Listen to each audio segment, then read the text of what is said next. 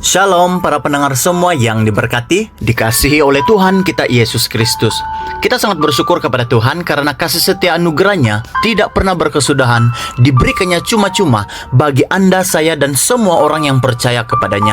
Saudara, sahabat, keluarga yang dikasihi Tuhan, hari ini saya rindu untuk mengajak kita melihat di dalam kutipan firman Tuhan daripada Injil Markus bab 4 ayat 5, 6, 16 dan juga ayat yang ke-17. Sekali lagi, daripada Injil Markus bab 4 ayat 5, 6, 16 dan juga ayat yang ke-17.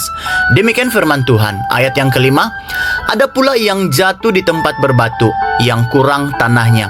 Benih itu segera bercambah karena tanahnya tidak dalam.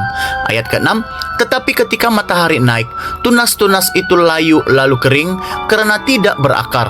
Ayat 16, ada orang lain seperti benih yang ditabur di tempat berbatu.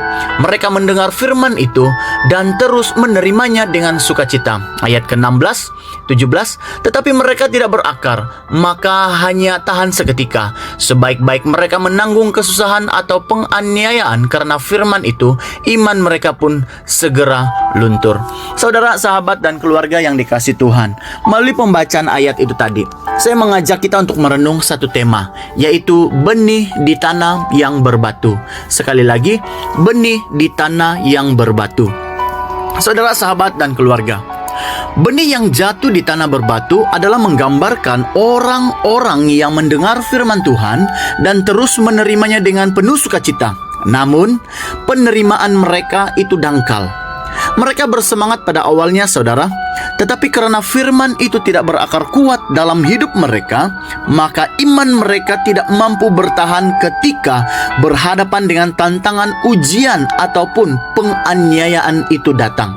Seperti tanaman yang layu karena akarnya tidak cukup dalam, mereka cepat jatuh atau mundur dari iman ketika mereka mengalami kesukaran hidup. Saudara, firman Tuhan memerlukan akar yang dalam agar dapat bertahan dan tumbuh dalam hidup kita. Tanah berbatu menggambarkan hati yang dangkal, yaitu firman tidak dibiarkan berakar kuat karena kurangnya komitmen atau kesungguhan dalam memelihara iman tersebut.